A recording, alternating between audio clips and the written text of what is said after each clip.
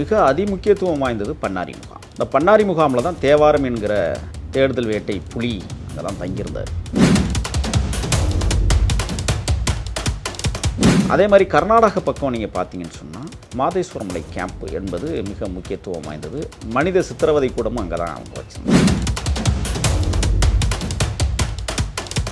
பாலாறு கேம்புங்கிறது தான் மிக பெருசு. ஏன்னா பாலாரை சுற்றி தான் அவர் நிறைய சம்பவங்களை நடத்துகிறார். காடுவாச்சர் மோகனையா படுகொலை, மாதேஸ்வரமலை இன்ஸ்பெக்டர் தினேஷ் படுகொலை, அதுக்கப்புறம் எம்கே யுத்தப்பா காவல்துறையுடைய உயர் அதிகாரி படுகொலை.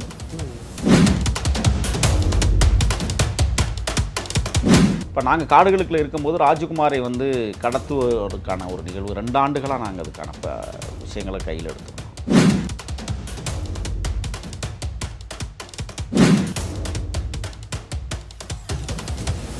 Bharat Institute of Higher Education and Research.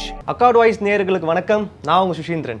இன்றைக்கி நம்ம கூட ஸ்பெஷல் கெஸ்ட் யார் இருக்காங்கன்னு பார்த்தீங்கன்னா திரு முகில் வீரப்பன் அவர்கள். வணக்கம் சார். வணக்கம். எப்படி இருக்கீங்க? நலமாக இருக்கேன் சார். வீரப்பனை பற்றி நிறைய விஷயங்கள் நம்ம பேசிக்கிட்டு வரோம். அவர் நிறைய சம்பவங்கள் ஃபேஸ் பண்ணியிருக்காரு, நிறைய சம்பவங்களும் பண்ணியிருக்காரு. அப்படி இருக்கும்போது வீரப்பன் அவர்களும் அதிரடி படையும் நடந்த சம்பவம் எப்பேற்பட்ட சம்பவம், என்னென்ன விஷயங்கள்லாம் நடந்துச்சு? பொதுவாக அதிரடிப்படையை பற்றி பெரிதாக எனக்கு தெரியாவிட்டாலும் கூட நான் காட்டுகளுக்குள் இருந்தவன். ஆனால் வீரப்பனாருடைய உளவாளிகள் சொல்லுகிற விதத்தை பார்க்கிற போது சில விடயங்களை என்னால் உணர முடிந்தது, புரிந்து கொள்ள முடிந்தது. அந்த வகையில் பார்த்தோமே ஆனால் அதிரடிப்படை எங்கெங்கெல்லாம் முகாமிட்டிருக்கிறது என்பதை துல்லியமாக வீரப்பனாருடைய உளவு அமைப்பு சொல்லிவிடுவார்கள். வீரப்பனாருடைய உளவு அமைப்பு யார் என்பதை முதலில் தெரிந்து கொள்ள வேண்டும். காட்டுக்குள் வாழ்கிற காட்டுவாசிகளையே அவர் தேர்வு பண்ணுவார். அவர்களுக்கு சில பயிற்சிகள் கொடுப்பார். அவர்கள் தன் பக்கம் உறுதியாக நிற்க வேண்டும் என்பதிலே கவனம் செலுத்துவார். பொதுவாக சிறியவர் சேத்துக்குழியார் அவர்கள் தீவிர கண்காணிப்பில் அந்த நபர்களை பார்த்து கொள்வார். அவர்கள் சொன்ன அடிப்படையில் மேட்டூர் முகாம், கொளத்தூர் முகாம், நீதிபுரம் காட்டிற்குள் இருந்த முகாம், இதெல்லாம் சேலம் மாவட்டத்தில் நான் சொல்கிறது.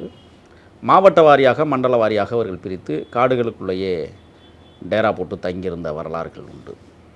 அதற்கு பிறகு ஈரோடு மாவட்டத்தில் நீங்கள் பார்த்தீங்கன்னு சொன்னால் அந்தியூர் வரட்டுப்பள்ளம் கேம்ப் மிக முக்கியமான ஒரு கேம்ப், தாமரைக்கரை கேம்ப்பு, அதற்கு பிறகு பெச்சிலிட்டியில் ஒரு கேம்ப்பு. இந்த கேம்ப்லாம் அதிதீவிரமாக களமாடியக்கூடிய அணியாக அவர்கள் தேவர்மலை, மணியாச்சி பள்ளம் போன்ற பகுதிகளில் தீவிர தேடுதல் பிரிவுகளில் வேலை செஞ்சவங்க. இது ஈரோடு மாவட்டத்தில். அதுக்கப்புறம் கோவிச்செட்டிப்பாளையம், பங்களாபுதூர், குண்டேரிப்பள்ளம் கேம்ப், அதை தாண்டி அப்படியே நீங்கள் போனீங்கன்னா சத்தியமங்கலம் கேம்ப்பு தான் மிகப்பெரிய கேம்ப். அது எல்லாமே திருமண மண்டபங்களில் வாடகைக்கு எடுத்தே அவங்க எல்லாம் தங்கியிருந்துருக்குறாங்க. எல்லா இடங்கள்லையுமே அந்த மாதிரி தான் பண்ணுது. அதில் மிக அதிமுக்கியத்துவம் வாய்ந்தது பண்ணாரி முகாம். இந்த பண்ணாரி முகாமில் தான் தேவாரம் என்கிற தேடுதல் வேட்டை புலி அங்கே தான் தங்கியிருந்தார். அதுக்கு பிறகு பவானிசாகர் கேம்ப், இது எல்லாமே ஈரோடு மாவட்டத்தில்.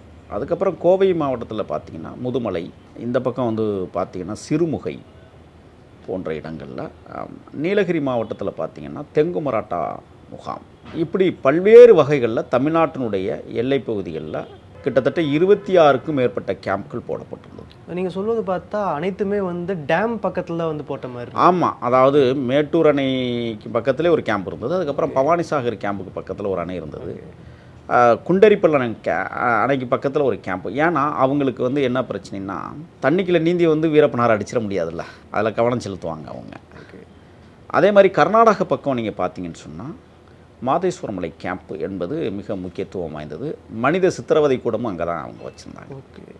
தனியாகவே சித்திரவதை கூடங்களை, மாதேஸ்வரமலை ட்ரஸ்ட்டுக்கு சொந்தமான கட்டடங்களை இவங்க வாடகைக்கு எடுத்தே அதில் சித்திரவதை கூடங்களை உருவாக்கி வைத்திருந்தார்கள். ராமபுரா கேம்ப் அப்படிங்கிறது மிக முக்கியமானது. தமிழ்நாட்டினுடைய ஈரோடு மாவட்டத்தில் இன்னொரு கேம்ப் அதி முக்கியத்துவம் வாய்ந்தது கெத்தேஷால் கேம்ப் அப்படிங்கிற ஒரு விஷயம். நல்லூர் கேம்ப், இதெல்லாம் கர்நாடக பகுதியை ஒட்டிய பகுதிகள். கர்கேகண்டி கேம்ப், இதுவும் கர்நாடக பகுதியில் சார்ந்தது. ஒடுக்காப்பள்ளம் கேம்ப், இப்படி எண்ணற்ற கர்நாடக கேம்புகள். அதை விட என்னென்னா பாலாறு கேம்புங்கிறது தான் மிக பெருசு. ஏன்னா பாலாரை சுற்றி தான் அவர் நிறைய சம்பவங்களை நடத்துகிறார். காடுவாச்சர் மோகனையா படுகொலை, மாதேஸ்வரமலை இன்ஸ்பெக்டர் தினேஷ் படுகொலை, அதுக்கப்புறம் எம்கே யுத்தப்பா காவல்துறையுடைய உயர் அதிகாரி படுகொலை எஸ்பெண்டில் நடைபெற்றது. சுரக்காய் மடுவில் 22 பேர் பலியான சம்பவம், இது எல்லாமே அந்த பாலாறை சுற்றி இருக்கிற பகுதிகளில் அதிதீவிர தாக்குதல்கள் 91லேருந்து 96 வரை அவர் நடத்தியிருக்கிறார். அப்போ இந்த ஓரங்களில் வந்து கேம்ப் அதிகமாக போட்டிருந்தாங்கன்னு மலைவாழ் மக்கள் எங்களுக்கு சொன்ன அடிப்படையில் நான் அந்த தகவலை உங்களுக்கு சொல்கிறேன். இப்போ பொதுவாகவே வீரப்பனார் படை உள்ள என்ன செய்வோம்னா, எங்கெங்கே கேம்ப் இருக்கோ அங்கே வந்து நாங்கள் தங்குவதில்லை. இப்போ எடுத்துக்காட்டு பண்ணாரி முகாமில் கேம்ப் இருக்குது அப்படிங்கிறது எங்களுக்கு நல்லாவே தெரியும். அந்த கேம்ப் எதுவரை போகிறாங்க அப்படிங்கிறதையும் ஒரு வரைபடம் போட்டு நாங்கள் வச்சுருப்போம். எதுவரை போவாங்க அப்படின்னா, சிக்கரசம்பாளையத்திலிருந்து தாளவடி, அதை தாண்டி கற்கேகண்டி, தாளவாடிக்கும் பக்கத்தில் கல்மண்டிபுரம், அதை தாண்டி வந்து சோழகர் தொட்டி போன்ற அந்த பகுதிகளுக்கு வர அவங்க வருவாங்க. ஒரு 200 பேர் வர்றாங்கன்னா ரொம்ப என்னமோ ஃபோர்ஸாக வருவாங்க. அவங்க எங்கே வந்து ஃபெயிலியர் ஆனாங்க அப்படின்னா, முகாம்லேருந்து எத்தனை மணிக்கு கிளம்புவாங்க? ஒரு 6 மணிக்கு கிளம்பிடுவாங்க.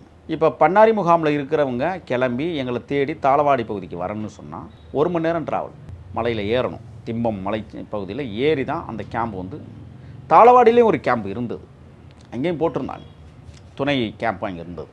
அப்போ இவங்க இங்கேருந்து அங்கே தகவல் கொடுத்துருவாங்க, அவங்க தயாராகிடுவாங்க, இவங்க எல்லாருமே சேர்ந்து காடுகளுக்குள்ளே வருவாங்க. இப்போ நாங்கள் காடுகளுக்குள்ளே இருக்கும்போது ராஜகுமாரை வந்து கடத்துவதற்கான ஒரு நிகழ்வு 2 ஆண்டுகளாக நாங்கள் அதுக்கான விஷயங்களை கையில் எடுத்துருந்தோம். அப்போ அதிரடிப்படையை நாங்கள் கண்ணாலே பார்ப்போம். எப்படி பார்ப்போம்னு சொன்னால், கர்நாடகாவினுடைய உளவு அமைப்பு காடுகளுக்குள்ளே வந்து வருகிற போதும், அதாவது தமிழ்நாடு உளவு அமைப்பு காடுகளுக்குள்ளே வரும்போதும் பார்த்திங்கன்னா யூனிஃபார்மில் வரமாட்டாங்க, லுங்கியை கட்டிக்குவாங்க, வேட்டைக்கார மாதிரி உள்ளே வர்றது. ஒரு முறை அப்படி தான் நாங்கள் தாளவாடி காட்டுக்குள்ளே தங்கியிருக்கிறோம், ஒரு குன்றில் தங்கியிருக்கிறோம். அந்த குன்றுலேருந்து பார்த்தா நல்லா தெரியும், காடு பறந்த காடு, ஒரு இடத்துல தண்ணி கிடக்குது. அந்த தண்ணிக்கிட்ட நாங்கள் போவோம்னு சொல்லி வந்து காலடி தடங்களை செக் பண்ணுறதை நாங்கள் ஃபைனாகுலர்லேருந்து பார்த்துக்கிட்டு இருக்கோம். ஓகே. அப்போ என்ன செய்கிறாங்கன்னா, அவங்க பயிற்சி பெற்ற நாயை அழைச்சிட்டு வராங்க. அந்த நாய் சின்னதாக கேமராவில் எங்களுக்கே தெரியுது, ஒரு நாய் கொண்டு வந்திருக்காங்கப்பா, எச்சரிக்கையாக இருங்க, வந்தால் போட்டுறது தான் அப்படிங்கிற முடிவில் தான் நாங்கள் இருந்தோம்.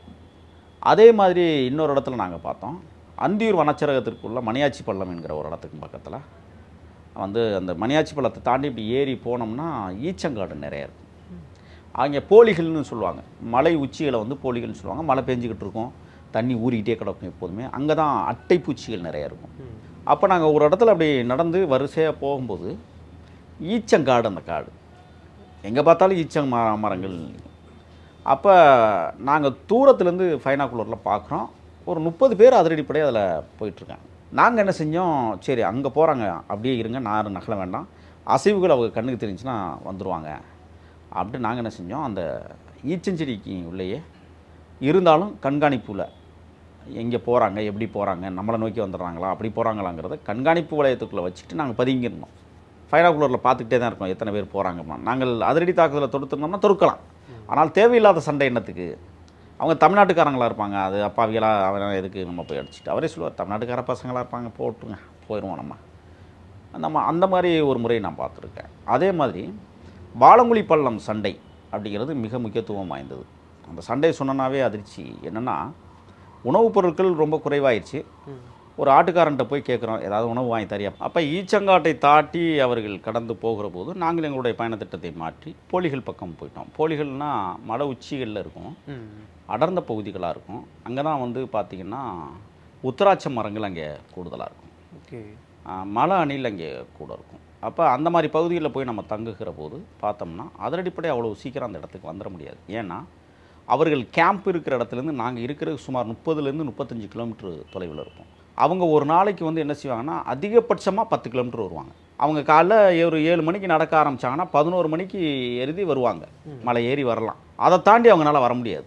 ஏன் வர முடியாதுன்னு சொன்னால், ஒன்று பசி எடுத்துக்கும், தண்ணி இருக்காது, ஒன்று திருப்பி அவங்க ரிட்டன் போகணும், பொழுதாகிறதுக்குள்ளே அவங்க போயிடணும். ஏன்னா இல்லைன்னா நாங்கள் எங்கேயாவது இருந்து அடிச்சுக்கிட்டோம்னா அப்படிங்கிற ஒரு பயம் அவங்களுக்கு இருக்கும். அப்போ 11 மணிக்கு வந்து இளைப்பாருவாங்க. இளைப்பாரிட்டு 1-2 அறுதி இருந்துட்டு அதுக்கப்புறம் அவங்க கிளம்பி உணவு எடுத்துகிட்டு வந்துடுவோம்னு சொல்லுவாங்க. அதாவது தண்ணி பாட்டில் எப்போதுமே வச்சுப்பாங்க, உணவும் பொட்டல உணவு கொண்டு வருவாங்க அப்படின்னு சொல்லுவாங்க. அப்போ சாயங்காலம் அவங்க போய் சேரும்போது 5-6 மணி ஆயிரும். களைப்பில் அவங்க 35 கிலோமீட்டர் எங்கிட்டு வர்றது, அவங்க அதுக்கெல்லாம் வாய்ப்பே இல்லை. இப்போ வாழங்குழி பள்ளத்தில் நடந்த சண்டைங்கிறது, இந்த ராகி மாவு வாங்கிட்டு வர சொல்லி என்ன செய்யணும்னா காசு கொடுக்குறாரு. அப்போவும் சேத்துக்குள்ளியார் சொல்கிறாரு, இவனை நம்ப முடியாது, குறைச்சி காசு கொடுங்க. ஏன்னா எப்போதுமே நம்பிட்டாங்கன்னா 10,000-20,000 காசு கொடுத்து சரக்கு சாமான் வாங்கிட்டு வர சொல்கிறது வழக்கம்.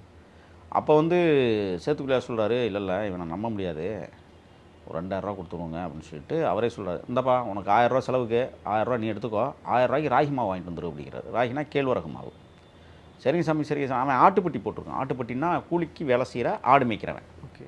காட்டுக்குள்ளேயே நாய்கள்லாம் வளர்த்துக்கிட்டு அவங்க காட்டுக்குள்ளேயே தங்கியிருப்பாங்க. அவங்களே களி கிண்டி அவங்களே சாப்பிட்டு அப்படி வாழக்கூடிய மனிதர்கள். பார்த்தா மக்கிய நாள் நாங்கள் சொல்கிறோம், இந்த இடத்துக்கு நாங்கள் வந்துடுறப்ப நீ வாங்கிட்டு வந்துடு, நான் வந்து வாங்கிக்கிறோம் அப்படின்னு. மக்கிய நாள் அதே இடத்துக்கு நம்ம எப்போதுமே ஒரு இடத்துல சொல்கிறோம்னு சொன்னால் அந்த இடத்துக்கு நேரடியாக போகவே மாட்டோம். அந்த இடத்துல என்ன நடக்குதுங்கிறத வியூகம் அமைப்போம். எப்படி வியூகம் அமைக்கிறதுனா, அந்த இடத்துக்கு அவனை வர சொல்லியிருக்கிறோம்னா 1 கிலோமீட்டர் 2 கிலோமீட்டருக்கு அந்த புறம் ஷூ தடங்கள் தெரியுதா, மனித நடமாட்ட தடங்கள் தெரியுதா அப்படிங்கிறத ஆராய்வோம். நாங்கள் காடுகளில் நடக்கும்போது காலடி தடங்கள் கொடுத்து நடக்கிறதே இல்லை. கல்லுலையும் புல்லுலையும் தான் நாங்கள் நடப்போம். ஓகே. அப்படியே மணல் பாங்கான இடத்துல நாங்கள் நடக்கிறோம்னு சொன்னால் செடியை வச்சு அப்படியே அழிச்சிக்கிட்டே போயிடுவோம். ஆனால் அதிரடிப்படை அப்படி செய்யாது. அவங்க 25 பேர் வந்தாங்கன்னா 50 பேர் நடந்தது சமமாக நடந்து போயிருப்பாங்க. ஷூ தடம் தெரியும் நல்லா. ஸோ அப்போ பார்த்துட்டு அவர் கரெக்டாக சொல்லுவார், அப்போ ஒரு 2 மணி நேரத்துக்கு முன்னாடி போயிருக்காங்கப்பா அப்படிம்பார். அப்போ நாங்கள் அதை வச்சு கண்டுபிடிச்சிருவோம். 1. 2வது, இவனை இந்த இடத்துக்கு வர சொல்லிட்டோம் அப்படின்னு சொன்னால் நேரடியாக அந்த இடத்துக்கு போகாமல் பட்டியில் போய் அவனை தேடுவோம், என்ன பண்ணுறான் என்ன செய்கிறான் அப்படிங்கிறத பட்டியிலேயே கண்காணிப்போம். சில நேரங்களில் ராவில் போய் கண்காணிக்கிறதை வழக்கமாக வைத்திருப்போம்.